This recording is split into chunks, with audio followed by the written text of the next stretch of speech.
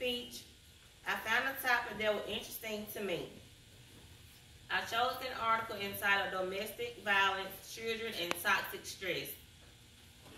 The article is a journal article from Widener Law Review 2016, volume 22, issue 2, pages 201 to 213. The authors are D. Wong and Alan R.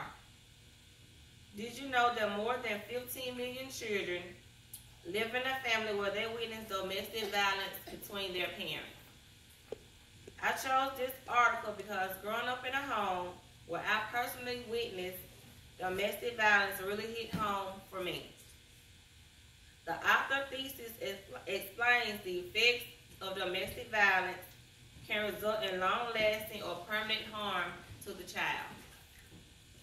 I will be talking about 3 main points from this article: the social, physical, behavior, and endocrine consequences of domestic violence, the lifelong consequences of domestic violence, and the role and effects of toxic stress from witnessing domestic violence as a child. The first main point I want to talk about are the social, physical, behavior, and endocrine consequences of domestic violence. Social consequences relate to a child seeing violence directed at their mother. It has been studied that in a family where domestic violence or child abuse is witnessed, 30 to 60% will have both in their own families. When a child witnesses domestic violence, it affects a child's life in more ways than you know. Physical consequences relate to a domestic violence incident or an indirect injury from the victim. This happens when the victim is unable to provide a safe place for the child.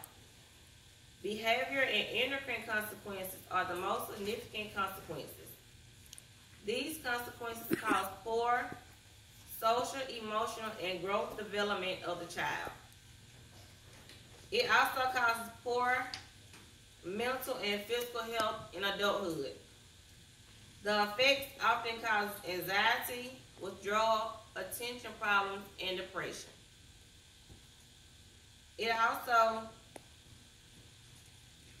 The second point I would like to discuss is the lifelong consequences of witnessing domestic violence as a child.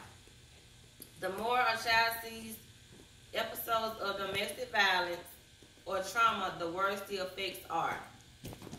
These types of trauma affects a child's impulse control, their ability to attach, and their emotions.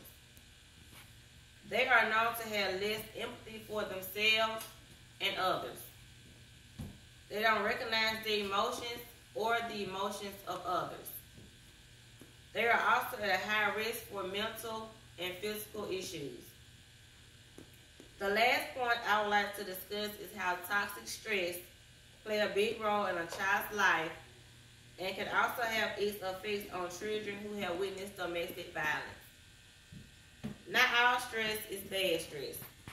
Positive stress, tolerable stress, and toxic stress are the 3 types of stress you can experience. The main stress a child experiences during domestic violence is toxic stress. It is the physical and emotional response of a child's life being threatened or someone important to the child's life being threatened. This can overwhelm a child's capacity to cope, and they have constant fear or terror.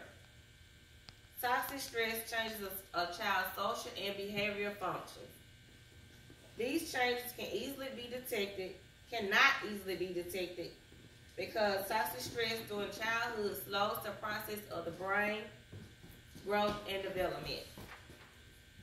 In conclusion, the points that I have discussed were the social, physical, behavior, and endocrine consequences of domestic violence, the lifelong consequences of domestic violence, and the role and effects of toxic stress from witnessing domestic violence.